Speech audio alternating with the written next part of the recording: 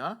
우리 지난주에 이어서 가나안 정복 전쟁을 마무리하고 오늘 우리에게 가르쳐 주시는 영적인 태도를 한 번 더 나누려고 합니다. 제가 먼저 16절 읽겠습니다. 여호수아가 이같이 그 온 땅 곧 산지와 온 네겝과 고센 온 땅과 평지와 아라와 이스라엘 산지와 평지를 점령하였으니 곧 세일로 올라가는 한락산에서부터 헤르몬산 아래 레바논 골짜기의 바알갓까지라. 그들의 왕들을 모두 잡아 쳐 죽였으며 여호수아가 그 모든 왕들과 싸운 지가 오랫동안이라. 기브온 주민 히위 족속 외에는 이스라엘 자손과 화친한 성읍이 하나도 없고 이스라엘 자손이 싸워서 다 점령하였으니 그들의 마음이 완악하여 이스라엘을 대적하여 싸우러 온 것은 여호와께서 그리하게 하신 것이라. 그들을 진멸하여 바치게 하여 은혜를 입지 못하게 하시고 여호와께서 모세에게 명령하신 대로 그들을 멸하려 하심이었더라. 그때에 여호수아가 가서 산지와 헤브론과 드빌과 아납과 유다 온 산지와 이스라엘의 온 산지에서 아낙 사람들을 멸절하고 그가 또 그들의 성읍들을 진멸하여 바쳤으므로 이스라엘 자손의 땅에는 아낙 사람들이 하나도 남지 아니하였고 가사와 가드와 아스도레만 남았더라. 함께 읽겠습니다. 이와 같이 여호수아가 여호와께서 모세에게 말씀하신 대로 그 온 땅을 점령하여 이스라엘 지파의 구분에 따라 기업을 주매 그 땅에 전쟁이 그쳤더라. 아멘. 오늘 말씀의 제목을 저를 따라서 함께 읽겠습니다. 승리나 패배가 아닌 순종과 불순종.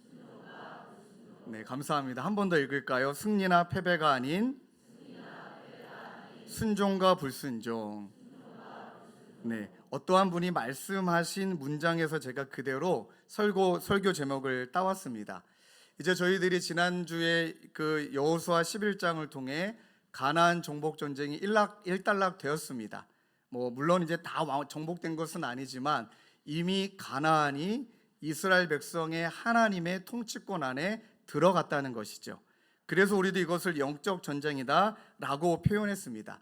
그리고 이제 지난주 주중에 한 몇 분이 저에게 문자를 주셨는데 이렇게 문자를 주셨습니다. 근데 목사님, 가나안 땅에 있는 사람들이 뭔 죄가 있냐고, 뭔 죄가 있어서 그냥 쫓겨나고 죽임당하고 우리 하나님 너무 잔인하신 것 같고 우리 하나님 마치 인종 청소하는 분 같다, 이렇게 하나님을 오해하고 계셨더라고요. 그래서 제가 여러분 거듭 말씀드리면 이제 가나안 정복 전쟁은 당시 고대 근동 나라들이 전쟁했던 어떤 영토 확장의 개념이나 또 자원이나 그 나라를 약탈하는 전쟁으로, 전쟁과는 전적으로 구별되는 전쟁입니다.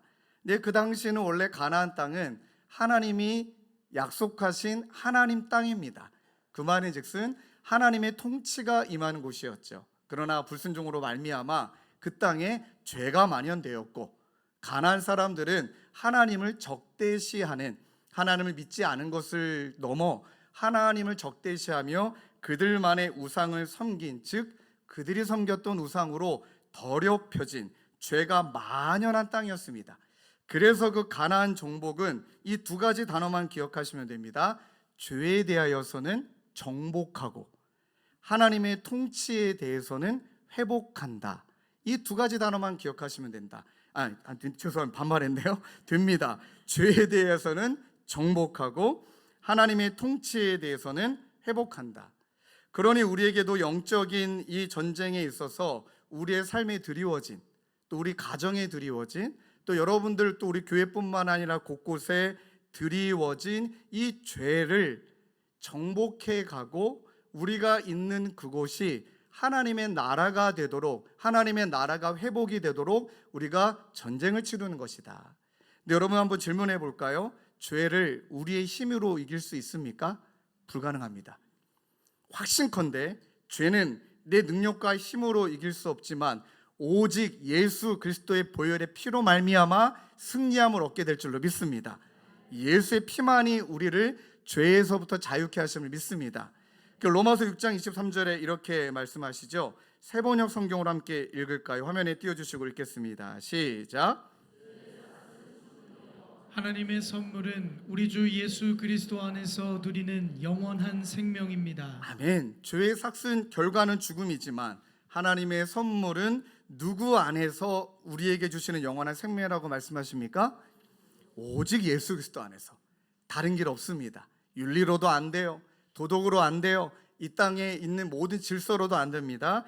예수 안에서만이 우리에게 영원한 생명이 있고, 그래서 로마서 5장 17절은 이렇게 말씀하십니다.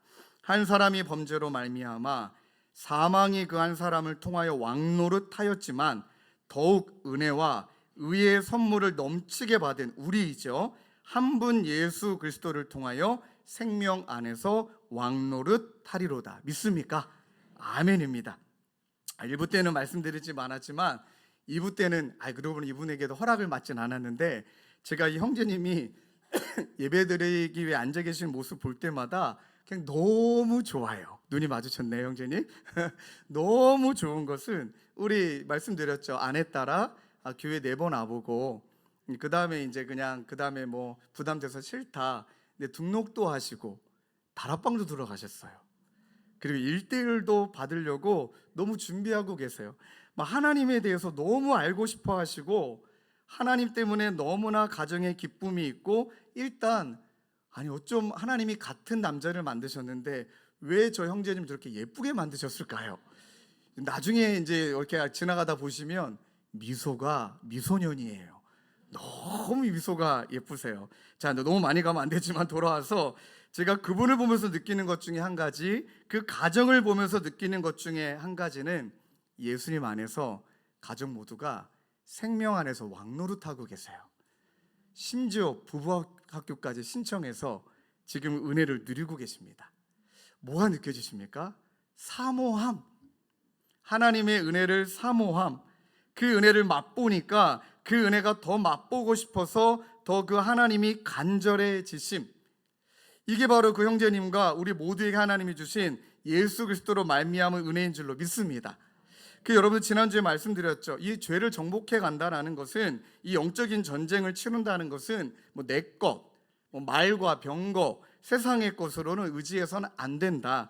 하나님의 오직 은혜만을 의지해야 되고, 그리고 하나님이 우리 가운데 허락하여 주신 하루하루를 순종함으로 한 걸음을 내디딜 때 하나님이 그 길을 반드시 순종의 길로, 승리의 길로 인도하실 줄로 믿습니다. 그런데 오늘 본문이 지난주 말씀에 이어서 이 순종에 대해 조금 더 구체적으로 말씀해 주고 계십니다. 여러분, 이 영적 전쟁은 내 힘으로 하는 것도 아니고 하나님의 은혜이고, 또 우리가 지금까지 살펴보았듯이 이 영적인 전쟁은 순종하느냐 불순종하느냐에 달려 있죠. 그러니까 순종이 너무너무 중요하다. 그런데 오늘 본문은 오늘 우리에게 명확하게 그 순종이 어떤 순종이어야 하느냐, 이걸 우리에게 말씀하십니다. 기억하십시오. 선택적 순종이 아닙니다. 하나님이 우리에게 요구하시는 건 온전한 순종입니다. 예를 든다면, 제가 주님의 교회 담임 목사이기 때문에 말씀을 준비하기 위해서 열심히 최선을 다하고 있다라고 가정하면, 그리고 가정 안에서도 열심히 설교 준비를 토요일 날 저녁에 하고 있을 때 저희 둘째가 늘 와서 매번 저에게 하는 말이, 아빠 한 번만 놀아주세요. 그 한 번만이라는 단어가 얼마나 마음을 연약하게 만드는지 늘 그 아이의 레파토리는 똑같습니다. 그런데 정직하게 고백하면 작년에는 그 아이에게 이렇게 말했습니다. 아빠가 내일 말씀을 전해야 되니까 엄마랑 놀아. 형아랑 놀든지 아니면 레고 있잖아. 이야, 혼자 놀면 돼. 이렇게 해서 아이를 좀 끊어냈습니다. 그러면서 제 마음속에, 요즘은 절대 그러지 않습니다. 요즘 아이가 딱 질문하면 그래 오니야 놀고 하고 그냥 짧고 굵게 논 다음에 다시 이제 설교를 준비하는 자리로 가는데, 만에 하나 제가 하나님, 주님의 교회 담임 목사로서 말씀 준비 열심히 했으니까, 하나님 이거 최선을 다했으니까 우리 아이하고 놀아주지 못하는 시간, 우리 아이에 대한 모든 것들 하나님 알아서 책임져 주십시오.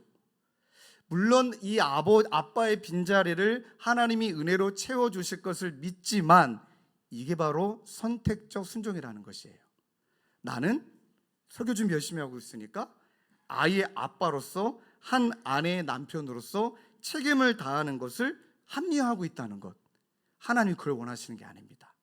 남편이고 아빠로서의 온전한 순종을 우리에게 요구하신다. 그 여러분의 영적인 이 진보는 이 거룩한 하나님을 닮아간다는 것은 이 내비게이터 선교사 이 제리 브리지스가 말씀하신 이 그대로예요. 우리가 거룩한 진보를 이루려면 승리나 패배가 아니라 순종과 불순종이라는 말을 사용해야 한다. 그리고 오스와스 챔버스는 이 순종은 내 몫이지 하나님의 몫이 아니다라는 것이에요. 그리고 다시 한번 강조한다면 매번 우리가 영적인 전쟁에 임해야 되는데 그때 말씀을 순종함으로 우리가 이루어 나가야 되는데 그때 말씀에 순종한다는 건 선택적 순종이 아니다. 온전한 순종이다. 자, 오늘 본문에 그 이야기들 한번 풀어가 보도록 하겠습니다. 1장 11 여호수아 11장 18절 말씀을 우리 앞부분만 읽는다면 이렇게 한번 따라 보실까요? 여호수아가 그 모든 왕들과 싸운 지가 오랫동안이라. 자, 여러분 이 18절 말씀이 16절과 19절을 다 압축한 말씀입니다. 이 말씀을 살펴보니까 이제 여호수아 이스라엘 백성이 이 갈렙의 나이를 따져보니 여호수아 옆에서 협력하고 동역했던 갈렙의 나이를 따져보니까 약 이 전쟁이 7년 동안 계속됐습니다. 중부, 남부, 북부 이 전쟁이 수없이 7년 동안 매번 반복됐다는 것이죠. 그리고 16절 19절에는 이 가나안 남부부터 가나안 북부까지 다 전쟁을 일일이 다 치렀습니다. 근데 여러분들 기억하셔야 될 것은 가나안 전쟁은 말씀에 순종했을 때 승리했고 말씀에 순종하지 않았을 땐 여전히 패배했습니다. 근데 오늘 말씀에 보니까 남쪽부터 북쪽까지 왕들을 모두 잡아쳐 죽였다. 그걸 승리했다라는 것이죠. 우리 한 가지 기억해야 됩니다. 매 전쟁을 말씀에 순종함으로 나아갔다는 증거예요. 매 전쟁을 말씀에 순종했다는 것입니다. 얼마나 치열했을까요? 또 얼마나 힘겨웠을까요? 그런데 여러분 이제 시간이 지나가다 보면 이제 7년 동안 전쟁을 치르다 보면 모르기는 몰라도 여호수아의 마음속에 이 경험이 쌓이지 않을까요? 세상이 가장 중요하게 여기는 것 중에 한 가지가 그 경험치잖아요. 경험치가 쌓여서 이럴 땐 저렇게 하고 이럴 땐 이렇게 하고. 그런데 오늘 말씀에 보니까 여호수아가 경험치를 내려놨습니다. 왜요? 말씀에 순종함으로 승리가 얻어지는 싸움이었기 때문에 하나님의 말씀에 순종함 외에 본인의 경험, 본인의 판단, 본인의 생각을 매 전쟁 때마다 내려놨습니다. 쉽지 않습니다. 쉬운 거 아닙니다. 그래서 첫 번째, 이 영적인 전쟁에 임하는 오늘날 우리에게 가르쳐 주시는 전투태세는 온전한 순종인데 이 온전한 순종을 풀어보자면 첫 번째는 시종일관, 똑같은 태도, 늘 신실한 순종에 여호수아가 헌신했다는 것입니다. 사랑하는 성도님들, 쌓였던 경험들, 내 생각을 더하지 않고 얼마나 여호수아가 몸부림쳤는지 하나님께서 여호수아에게 주셨던 말씀이 나중에 여호수아가 이제 고별 설교할 때 그 말씀이 어떻게 강화되는지 한번 보겠습니다. 일단 전쟁에 임하기 전에 여호수아 1장 7절 8절에 하나님께서 이렇게 말씀하시죠. 강하고 극히 담대하여 나의 종 모세가 내게 명령한 그 율법을 다 지켜 행하고, 너무나 중요한 말씀 나옵니다. 우로나 자로나 치우치지 말라. 이 말은 뭐냐면 한결같이 걸으라는 거예요. 한결같은 길을 걸어라. 그 길을 걷는 방식은 율법을 내 입에서 떠나지 말게 하고 주야를 묵상하고 그 안에 기록한 대로 다 지켜 행하고 그리하면 하나님께서 반드시 우리에게 평탄이라는 승리를 주신다. 이 말씀을 붙들고 아이성 앞에 실패도 했죠.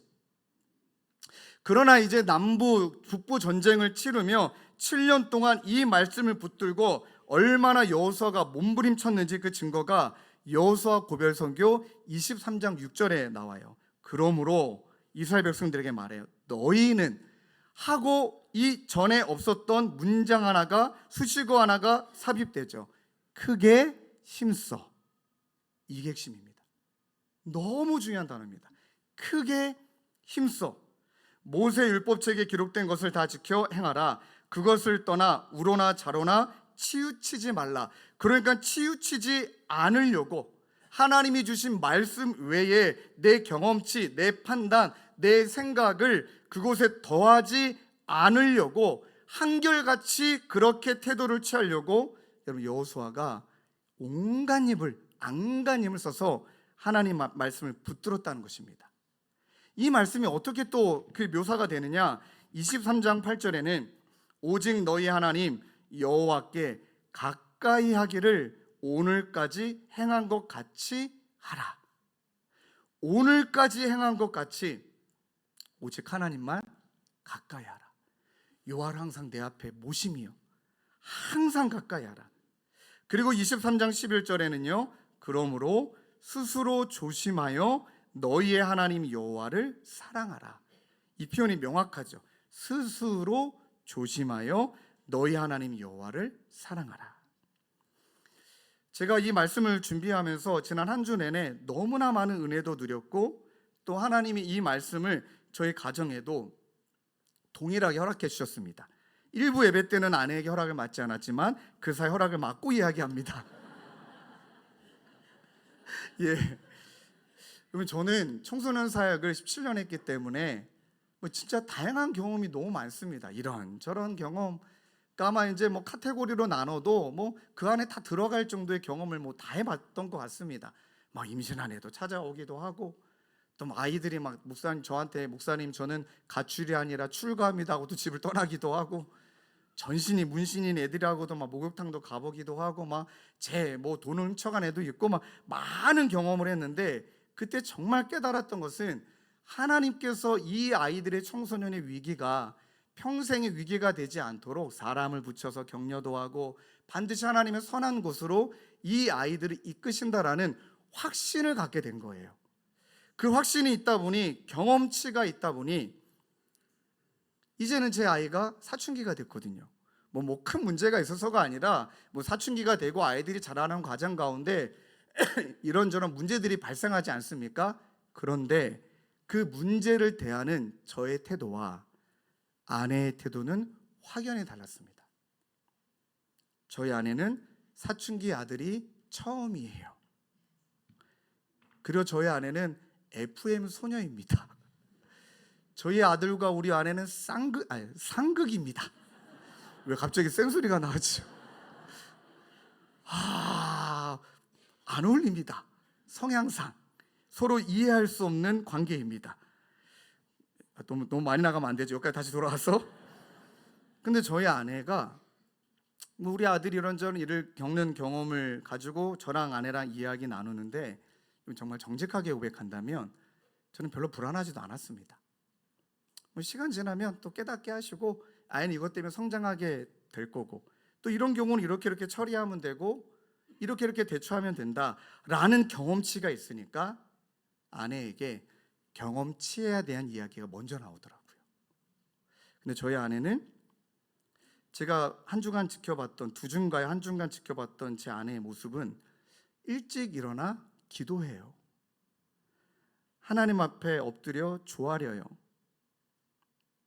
처음이다 보니 하나님이 나에게 어떤 말씀을 주실지, 하나님이 나에게 이 자녀를 양육하며 무엇라 말씀하실지 응답받기 전에 일어나질 않아요.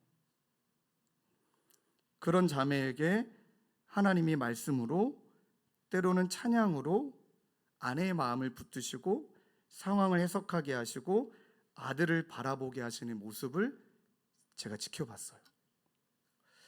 그리고 교회 와서 혼자 기도하는데 하나님이 저에게 물으시더라고요. 혼내시면서 종철아, 난 너보다 너의 아내의 태도가 좋다. 딱 그렇게 말씀하신 것 같았어요. 난 네가 지금 나에게 대하는 태도보다 경험도 없고 아무것도 모르지만 그러나 그렇게 말씀하지 않으면 안 움직이겠다. 응답받지 않고서는 내가 이런 부분들을 대하지 않겠다. 저희 아내에게는 절박함이 있고 저에게는 안일함이 있고. 기도가 끝나며 하나님이 저를 많이 혼내시는 것 같았어요. 그러면서 그날은 집에 들어가서 아내에게 그렇게 얘기했어요. 여보, 하나님이 당신을 예뻐하셔. 하나님이 당신을 더 예뻐하셔. 그랬더니 저희 아내가 이렇게 울더라고요. 그러면서 아내를 보며 찬송가 370장이 딱 떠올랐습니다. 만약에 저와 같은 경우는 내 안에 어떤 근심이 있으면 저는 경험치를, 세상의 기준들을, 또 너무 저를 그렇게 나쁘게 몰아가는 것 같은데, 근데 회개했습니다. 근데 저희 아내에게 그 말을 하고 나서 하나님이 제 입가에 주신 찬양이 있어요. 주 안에 있는 나에게 딴 근심 있으랴 십자가 밑에 나가 내 짐을 풀었네. 다 이 찬양의 가사 그대로예요. 근심 있죠. 고민되죠. 그런데 십자가 밑에 나가 그것을 풀어낼 수 있는 태도, 다른 것 의지 않고 십자가 밑에 나가 내 짐을 풀어낼 수 있는 그런 태도. 그럴 때 하나님이 어떻게 바꾸시죠? 그 두려움이 변하여 내 기도가 되고, 어찌 이런 가사가 있을까요? 그 두려움이 변하여 내 기도가 되고, 전날의 한숨이 변하여 내 찬양이 되었네. 내 노래가 되었네. 그리고 제가 지켜본 아내의 모습은 근심으로 시작했지만 하나님이 주시는 말씀에 아멘하고 시작했더니 그 아멘에 대한 결론은 할렐루야, 주님을 찬양하고 있더라고요.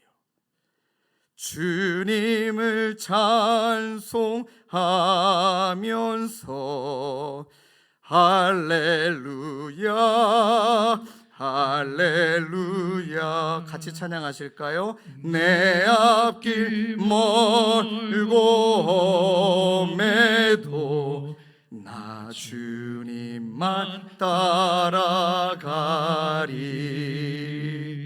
아멘.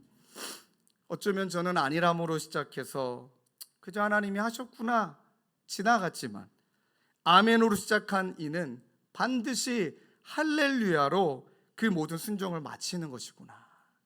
사랑하는 성도님들, 그러하기 때문에 오늘 본문 말씀을 통해 저와 여러분들께 우리가 매번 영적 전쟁을 우리가 치르고 영적 전쟁을 대할 때, 그때 우리의 몸부림은 마치 오늘 전쟁이 처음인 것 마냥, 나는 이전에 이런 경험이 없는 것 마냥 그렇게 주님 앞에 신실하게 시종일관의 헌신의 모습으로 나아갈 때 하나님이 반드시 할렐루야를 외치게 될 줄로 믿습니다. 그리고 또 우리에게 주시는 게 뭔지 아십니까? 오늘 본문 말씀을 보니까 이렇게 신실한 순종으로 나아갈 때, 여러분 본문 말씀에 보면은 기브온과 화친을 맺은 이후에 어떤 화친도 맺지 않았다는 말씀이 정확하게 기록되어 있습니다. 이게 무엇을 의미하는 걸까요? 넘어졌죠. 패배했습니다. 아주 쓰디쓴 뼈 아픈 실수를 우리가 맛봤습니다. 그런데 그 다음에 화친이 없었다라는 것은 바로 이렇게 신실하게 순종할 때 그 신실한 순종은 다시금 넘어졌던 것이 또 넘어지지 않게 만드는, 뼈 아픈 실수를 반복하는 것을 끌어내는 하나님의 은혜인 줄로 믿습니다. 그래서 매번 처음인 것 마냥 이렇게 신실하게 대할 때 하나님께서 우리를 통해 오늘 본문 말씀의 마지막에 나와 있는 것처럼 하나님 이제 땅을 분배해 주시고 그 가운데 안식을 얻고 그 가운데 전쟁은 그치게 되는 그 은혜를 우리 모두에게 주실 것을 믿습니다. 그 두 번째는요, 영적인 전쟁에 임하는 전투태세, 이 온전한 순종은 두 번째, 좀 세부적으로 어떤 의미이냐, 헤렘이라는 단어 한 가지만 기억하시면 됩니다. 헤렘. 여러분, 헤렘이란 단어가 구약에 80번 나오는데 여호수아에만 27번 나옵니다. 제일 많이 나오고 11장, 12장, 10장에도 제일 많이 기록됩니다. 헤렘은 두 가지 의미가 다 있습니다. 진멸하다, 완전히 없애버리다. 또 하나의 의미는 온전히 바치다. 이걸 한쪽만 해석하면 안 됩니다. 항상 이 두 가지는 쌍을 이루는 것입니다. 완전히 진멸하고 온전히 바치고, 죄에 대해서는 남김없이 완전히 진멸하고, 하나님에 대해서는 죄송합니다, 남김없이 드리고, 죄에 대해서 완전히 남김없이 끊어낸 다음에 하나님에 대해서는 온전히 남김없이 드리는 것, 그게 헤렘이라는 히브리어입니다. 여러분, 헤렘의 목적은 가나안 민족들로 말미암아 이스라엘 백성들이 영향을 받을까 봐 하나님이 그들을 너무나 사랑하는 마음 때문에, 야, 이거 넘어서면 안 된다, 영향받으면 안 된다, 그래서 진멸해야 된다, 그렇게 말씀하시는 겁니다. 신명기 7장 4절을 화면에 띄워주시고 우리 함께 읽겠습니다. 시작. 그들을 유혹하여 그가 여호와를 떠나고 다른 신들을 섬기게 함으로 여호와께서 너희에게 진노하사 갑자기 너희를 멸하실 것임이니라. 자, 말씀 보시면 너희들이 그들에 의해 유혹되어서 하나님을 떠나 다른 신들을 섬김으로 이제는 니네가 헤렘 당할까 봐, 너희들이 진멸 당할까 봐 내가 걱정이 되니까 너희들이 진멸 당할 대상이 아니라 너희들이 진멸해야 되는 것은 가나안에 너무나 죄로 만영되어 있는 극한의 죄를 진멸하라는 것입니다. 여러분, 이것을, 이 진멸하라는 것을 온전히 바치다라는 의미랑 연결해야만 이해가 되는 것은, 여러분, 이렇게 오해하신 분이 있습니다. 하나님이 그래, 남자들만 죽이지 힘없는 여자들, 아이들, 짐승들까지 왜 호흡 있는 자들까지 싹 다 죽였느냐, 뭐 하나님 왜 인종 청소하시냐, 이렇게 폭력적이냐, 왜 이렇게 무섭냐. 여러분, 이것을 오해하시면 안 됩니다. 당시 고대 근동의 문화는 오늘날은 여성분과 아이와 짐승이, 뭐 짐승은 재산이라고 쳐도 여성과 아이가 재산이 아니잖아요. 근데 그 당시에는 여자와 아이는 재산이었습니다. 그 당시 문화가 그랬습니다. 그러니 그 재산을 하나도 남김없이 취하지 말고 하나님께 온전히 바쳐야 되니 여성과 아이와 짐승마저도 다 전멸시켰던 문화적 배경을 근거로 이해해야 되고, 또 한 가지는, 여러분, 가나안이 어떤 죄를 저지르는지 아십니까? 한번 여러분들 상상해 보십시오. 자, 여러분들 가정입니다. 여러분들 가정에 이제 가나안의 죄악이 스며들어 여러분들의 가정을 이렇게 물들입니다. 풍요와 다산을 목적으로, 돈 잘 벌고 잘 살기만 된다라는 목적으로. 자, 놀라지 마십시오. 근친상간.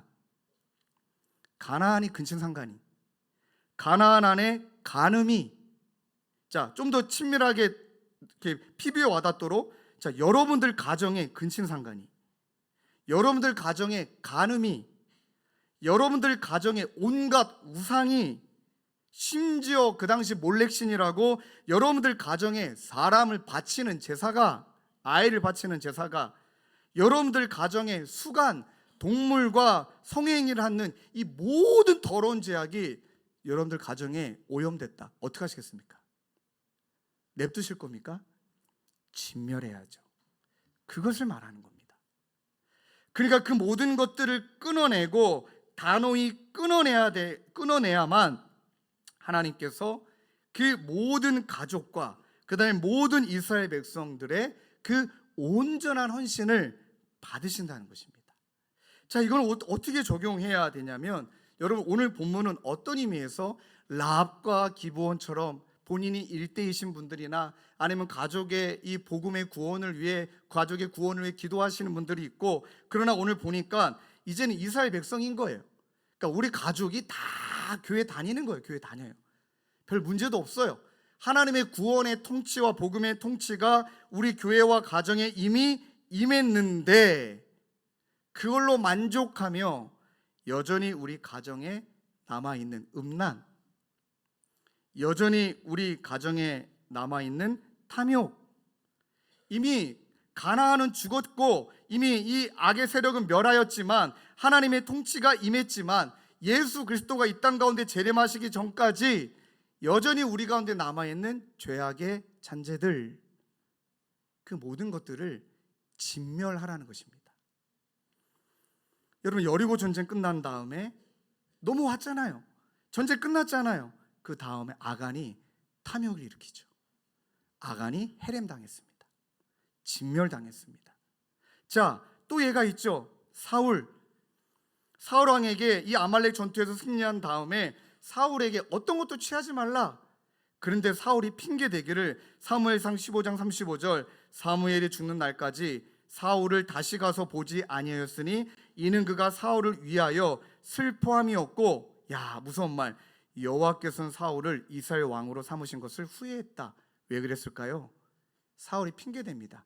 이 소는 사무엘 선지자가 다 하나님께 바치라 그랬는데 소의 울음소리가, 그 다음에 양의 울음소리가 들려요. 그랬더니 딱 사울이 말을 바꿔요. 하나님께 제사 드리려고 좋은 것들을 남겨놨다. 하나님이 그 중심을 모르실까요? 그랬더니 이렇게 말씀하시죠. 이스라엘 왕 삼은 것을 하나님이 후회하셨다. 이건 굉장히 무서운 말씀입니다. 그리고 여러분, 여호수아 11장 22절에 아낙 자손과 대비되는 새 족속이 나오죠. 이스라엘 자손의 땅에는 아낙 사람들이 하나도 남지 않았다. 왜냐하면 그들을 무시했던 정탐꾼이 12명이 갔다가 10명이 돌아와서 우리는 그들 앞에 메뚜기고 막 두렵고 그랬던 자들을 다 하나님이 진멸시켰는데 가사와 가두와 아스돗에 남았더라. 히브리어 성경의 원어에 보면은 약간 남았더라. 전쟁을 치르긴 치렀지만 이제 대세가 넘어왔으니까 가사, 가드, 아스롯 그냥 냅둔 거예요. 그랬더니 그것이 어떻게 됐습니까? 시간이 지나서 가사에 기생 드릴라가 일어납니다. 그리고 삼손을 무너뜨리죠. 무서운 일이. 가드는요, 이스라엘 백성들을 모욕했던 골리앗이 이후에 일어납니다. 그 당시는 안 보였겠죠. 그 당시는 작은 것으로 보였겠죠. 근데 그것에 발목 잡힌다는 거예요. 아스돗, 하나님의 법궤가 빼앗겨서 다곤이라는 우상 신상 앞에 여호와의 법궤가 뺏겨서 안치당합니다. 말씀의 치욕, 세상의 질서와 세상의 힘의 논리와 세상의 성공의 논리 앞에 하나님의 말씀이 완전히 치욕당하고 있는 그 모습. 우리 안에 가사는 없을까요? 우리 안에는 가드는 없고 우리 안에 아스돗은 없을까요? 이미 하나님의 통치가 임했다라고 말하지만 여전히 우리 안에 음란이 있고, 여전히 우리 안에 탐욕이 있고, 여전히 우리 안에 하나님의 말씀보다는 세상이 말하는 질서와 처세술이 더 중요하고, 그것이 시간이 지나가고 나면 지금은 별로 크게 느껴지지 않은 것 같지만 그들이 힘을 발하지 못하지만 시간 지나고 그것이 쑥쑥 죄가 장성하여 발목 잡아 무너지게 만들게 되더라. 오늘날 우리에게도 주시는 경고가 정말 적지 않습니다. 그래서 여호수아 23장 13절에 여호수아가 그의 고별 설교 때 이렇게 말하죠. 확실히 알라. 너희들이 끝까지 그것을 진멸하지 않고 하나님 앞에 온전하게 순종하지 아니하면 여호와께서 이 민족들을 너희 목전에서 다시는 쫓아내지 아니하시리니. 이 말 어떤 의미냐면 하나님이 그동안 은혜를 베푸셨기 때문에, 은혜의 보호막을 베푸셨기 때문에 그들이 살았지, 그 은혜의 보호막을 그냥 걷어버리시겠다는 거예요. 쫓아내지 아니하시리니 그들이 너희에게 올무가 되고 덫이 되고 너희 옆구리에 채찍이 되고 너희의 눈에 가시가 되어 너희가 마침내 너희 하나님 여호와께서 너희에게 주신 이 아름다운 땅에서 이제는 우리가 해렘을 당해버리는, 멸하리라. 그래서 하나님이 멸하시겠다라고 강조하는 것이 아니라 정신을 바짝 차리고 하나님도 알고 여전히 나도 알고 있는 영적인 가사와 가드와 아스돗, 이것을 우리가 끝까지 진멸하라는 것입니다. 대수롭게 여기는 것이 아니라 음욕이든 탐욕이든 물질이든 그것과 피 흘리기까지 대항하며 싸우라고 하나님이 우리에게 요구하시는 것이 그게 바로 온전한 순종인 줄로 믿습니다. 여러분들에겐 가사와 가도와 아스돗이 무엇입니까? 저에게도 있습니다. 그리고 그것을 정말 끊어내지 않으면, 그것을 진멸되지 않으면 반드시 이것이 나중에 해가 되어서 하나님과 나 사이에, 저와 여러분들 사이에, 저와 교회 사이에 큰 어려움을 끼칠 수 있는 것들은 너무나 많더라. 그러면 오늘 그것과 싸우고, 오늘 그것을 진멸하기에 또 싸우고, 그리고 하나님께서 가나안 백성들의 마음을 완악하게 했다라는 뜻은 하나님이 그렇게 완악하게 만드신 게 아니라 그들이 하나님을 등지기로 작정하고 그들이 마음대로 살 것을 그냥 하나님이 내버려 두신 거예요. 그러니까 하나님은 악을 조장하는 분이 아니라 그냥 그들의 악을 자행하는 것을 그냥 내버린 거, 내버려 두신 거죠. 그랬더니 어떻게 됐습니까? 진멸당하게 하십니다. 그래서 우리는 예배 잘 드리고 있고, 우리 가족이 모두가 함께 하나님 믿고 있고, 이런 상황에 선택적 신앙의 합리화, 이 정도면 됐지, 그래도 우리 가정 이 정도면 됐지, 그것에 속아서 진짜 끝까지 진멸해야 되는 그 무엇을 향해 몸부림치는 것은 우리가 멈추고 있는 것은 아닌가. 말씀을 준비하는 가운데 한 3주 전인가요, 우리 한 청년에게 장문의 문자가 왔습니다. 참 이 청년도 귀합니다. 이 청년은 예배 드릴 때마다 계속 찔리는 게 있었답니다. 물질의 주인은 하나님이신데 왜 나는 11조가 안 되지? 그리고 제가 무슨 설교를 해도 이 친구는 저만 보면 마치 목사님이 나에게 이제 11조 해야지 그렇게 들리더래요. 저는 그렇게 헌금 강요한 적 없습니다. 근데 하나님이 그런 마음을 주셨나 봐요. 그래서 그러나 경제적으로 어렵고 갚아야 될 또 빚도 있고, 그 청년의 마음이 인간적으로는 한편 이해가 되죠. 그리고 이제 직장 생활한 지 6년 7년 동안 한 번도 11조를 드린 적이 없어요. 그러다가 이 친구에게 3주 전에 연락이 왔는데 지하철을 눈앞에서 놓친 거네요. 그로 말미암아 이 친구가 지각을 하게 된 거예요. 회사에 가서 지각을 했더니 그 직장 상사가 막 핀잔하며 했던 딱 한마디가 이 친구의 마음에 꽂힌 거예요. 있는 그대로 전달해 드리겠습니다. 너한테 월급 주는 게 아깝다 그랬대요. 굉장히 모욕적인 말이죠. 그 모욕적인 말을 들을 때 이 친구는 그 음성이 하나님의 음성으로 들리더래요. 그 이야기를 나눠주는데 내가 너한테 월급 주는 게 아깝다 하고 직장 상사가 화내는 그 음성이 이 친구의 마음속에 늘 마음의 부담이 됐고, 예배도 잘 드리고 있고, 모태신앙이고 청년부 예배도 잘 드리고 신앙생활 잘하고 있는데 이 선택적 게으름, 이 선택적 합리화, 물질의 주인은 하나님이신데 드리지 못했던 것을 직장 상사를 통해 하나님이 내 마음을 교정시켜 주시는구나. 마치 이렇게 말씀하시는 것 같더래요. 난 너의 삶의 주인이야. 난 너의 전부야. 마치 너에게 준 물질이 내 거야 그런 의미가 아니라 너의 삶의 주인이 나야. 근데 왜 너는 나를 그렇게 대하니? 그렇게 들리더래요. 그리고 나서 저에게 연락이 와서 목사님 이제 회개하는 마음으로 하나님 앞에 11조를 드립니다. 그런데 목사님 질문 있습니다. 지금까지 안 드린 거 소급해서 드려야 되나요? 이번부터 드려야 되나요? 이럴 때 여러분 교육자가 어떻게 답을 줘야 됩니까? 내 믿음대로 될지어다 그래야 됩니까? 그래서 제가 하나님이 네 중심을 받으셨으니까 지난 시간들 그런 것들 소급해서 하나님 앞에 드리기보다는 지금부터 11조를 드리는 게 중요한 게 아니라 네 인생의 주인이 하나님이심을, 이 물질 또한 주신 분도 하나님이심을 인정하며 하나님께 드릴 때 우리 하나님이 기뻐 받아주실 것을 믿는다. 그렇게 하고 이제 11조 생활을 시작을 했습니다. 여러분 이거 쉬운 문제 아니죠. 또 다른 여러 가지 영역들 속에 여러분들 아래 진짜 쉽지 않은, 하나님도 알고 나도 하는, 끝까지 내려놓지 못하고 끝까지 진멸하지 않고 그것을 염두하고 죄송합니다. 그것만 빼고 하나님 앞에 신앙생활하고 있는 우리의 모습들이 있다면 하나님께서 오늘 말씀을 통해 기도하는 가운데 다시금 예수 피 붙들고 보혈의 피 의지하고 그것과 대항하여 싸우며 몸부림치는 저와 여러분 되시길 주님의 이름으로 축원합니다. 고린도전서 15장 57절 58절 여러분들에게 하나님이 이 말씀하십니다. 저와 여러분들에게 우리 주 예수 그리스도로 말미암아 우리에게 승리를 주시는 하나님께 감사하노니 그러므로 내 사랑하는 형제들아 견실하며 흔들리지 말고 항상 주의 일에 더욱 힘쓰는 자들이 되라. 이는 너희 수고가 주 안에서 헛되지 않은 줄 압니다. 아멘.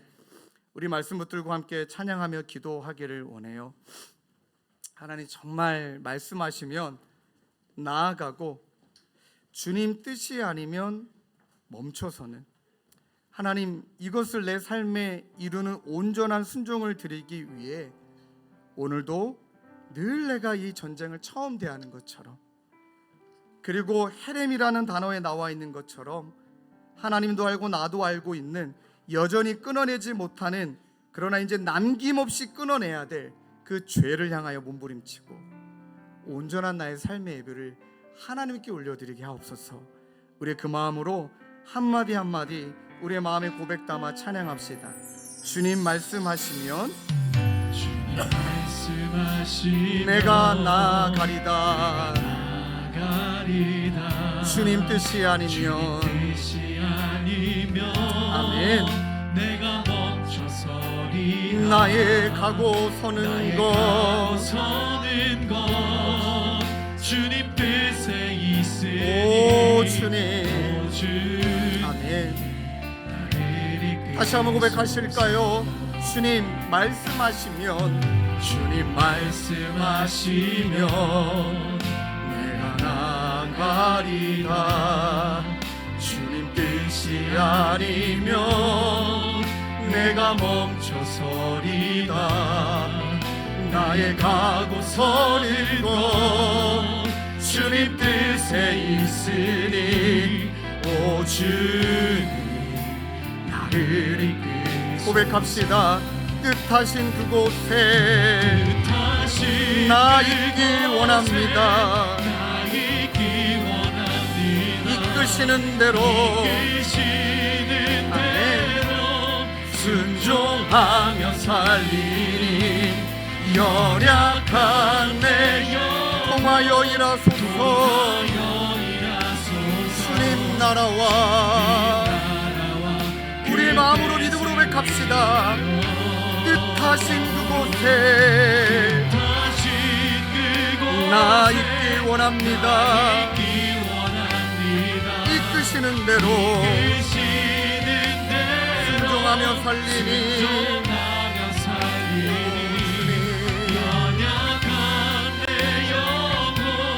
통하여 일하소서.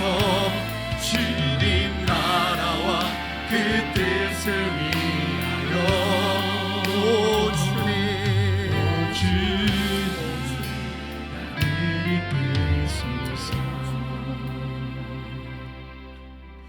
사랑하는 성도님들, 저도 지난 한 주일 동안 참 시간을 하나님 앞에 드려 좀 길게 기도했던 것들을 많이 잃어버렸더라고요.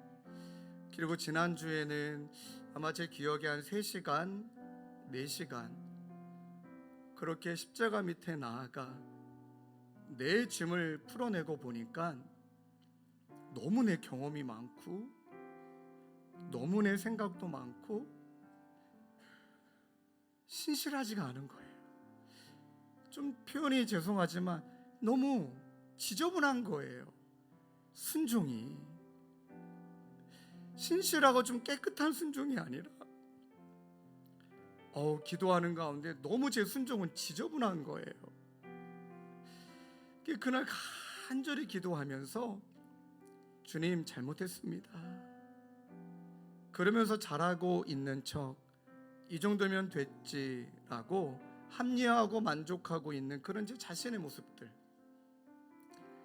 그리고 하나님 앞에 간절히 기도했어요. 주님, 제 마음의 중심 속에 영적인 대청소를 일으켜 주옵소서. 하나님, 보혈의 피로 덮어 주시사 주님께 순종하되 단 한 번의 순종이라 할지라도 아버지 하나님, 깨끗하고 순수하고 신실한 순종으로 나아가도록 주님 인도하여 주옵소서. 그렇게 기도하는 가운데 다 떠오르게 하시더라고요. 여전히 제가 내려놓지 못하고 있는 것들, 여전히 내 안에 꿈틀꿈틀대고 있는 것들, 그것을 향하여 얼마나 소리쳐 외쳤는지 몰라요. 예수 이름으로 명하노니 떠나갈지어다 막 소리도 지르고요, 빛이 있으라 막 외치기도 하고요. 내 안에 있는 더러운 것들은 다 멸절되어지고 예수의 피로 새롭게 될지어다 얼마나 많은 선포를 했는지 모르겠습니다. 그런데 그렇게 선포하고 나서도 여전히 내 안에 꿈틀대고 있는 게 느껴져요. 그래서 주님이 부르시는 그날까지 또 싸우고 또 싸우고 또 싸울 때 하나님이 은혜 베푸시사 반드시 우리 가운데 하나님이 더불어 또 하나님이 또 우리 가운데 베풀어 주시는 은혜로 기인하여 살아가는 순종 이루는 우리 모두 되게 하실 것을 믿습니다. 우리 그 마음을 가지고 한 목소리 기도할 때 여러분들 안에 여전히 진멸되지 않은 것들이 무엇입니까? 떠오르시며 우리가 회개하고 하나님, 우리의 순종은 지저분한지 깨끗한지, 주님 앞에 온전한 예배를 드리고 있는지 아니면 지저분한 선택적 예배를 드리고 있는지 주님 깨닫게 하시사 온전한 예배자로, 온전한 순종의 자로 이 시간 우리 모두를 세워 주옵소서. 우리 그 마음을 가지고 한 목소리로 기도하며 나가겠습니다. 기도하시겠습니다. 아버지 하나님, 이 시간 간절히 기도합니다. 아버지 하나님, 우리의 순종이, 하나님 저의 순종이 얼마나 지저분해져 있는지, 하나님 얼마나 아버지 깨끗하지 아니한지 하나님이 깨닫게 하셨습니다. 아버지 하나님, 구석구석 신앙의 모든 부분들을 남김없이 하나님이 다스리시는 영역으로 내어드려야 하는데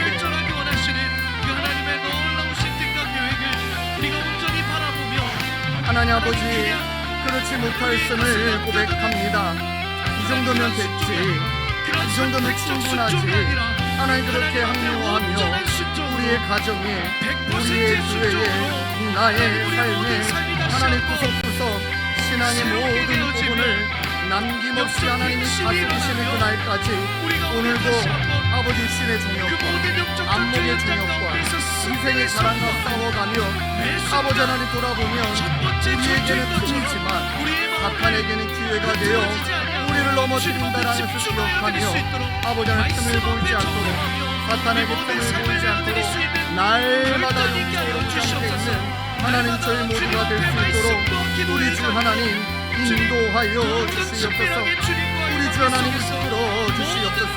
하나님, 그러할 때 하나님이 우리 가운데 행하신 은혜들을 세례마로 온전히 주님 앞에 우리의 삶을 올려드리며 나아가는 하나님 저희 모두가 될 수 있도록 주님 인도하여 주시옵소서. 하나님, 그러할 때 뜻하신 곳에 주님 무릎을 있게 하시고 하나님 뜻하신 그곳에 우리를 세워주실 것을 믿사오니 주님 그 은혜, 그 삶, 아버지 그 순종 하나님 우리가 이루어가는 저희 모두가 될 수 있도록 우리 주 하나님 인도하여 주옵소서. 우리를 통하여 일하실 하나님 믿고 따라가는 저희 모두가 될 수 있도록 오 하나님 인도하여 주옵소서. 계속 기도하시고 찬양으로 기도합시다. 뜻하신 그곳에 나있길 원합니다. 이끄시는 대로 순종하며 살리니 연약한 내 영혼 통하여 일하소서. 주님 나라와 오 주님 나를 이끄소서. 주님 고백합시다. 오 주님 나를 이끄소서. 오 주님, 우리 이어서 찬양하실까요? 하나님 말씀에, 하나님 말씀 두려워 떠는 자, 그 말씀에 생명을 거는 자, 한 사람 찾으시네. 아멘. 주님의 약속을 믿어. 아멘. 우리 모두 자리에 일어나서 찬양합시다. 하나님 말씀에 운명을 거는 자, 운명을 거는 자, 순종하며 쭉 따라가는 자, 영원한 하나님 나라 이뤄갈 주의 교회여, 이런 나라. 이어서 찬양하실까요? 주 말씀은 우리를, 주 말씀은 우리를 구원에 이르는 지혜이니. 아멘. 지혜의 목숨과 내 뜻 다하여 그 말씀에 복종하라, 복종하라. 하나님 말씀에, 하나님 말씀에 두려워 떠는 자, 그 말씀에, 아멘.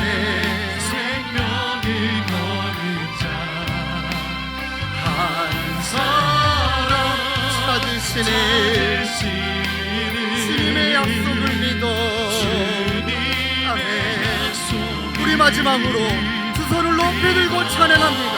하나님 말씀에 운명을 거는 자, 순종하며, 아멘. 영원한 하나님 나라 이뤄갈 주의 교회여,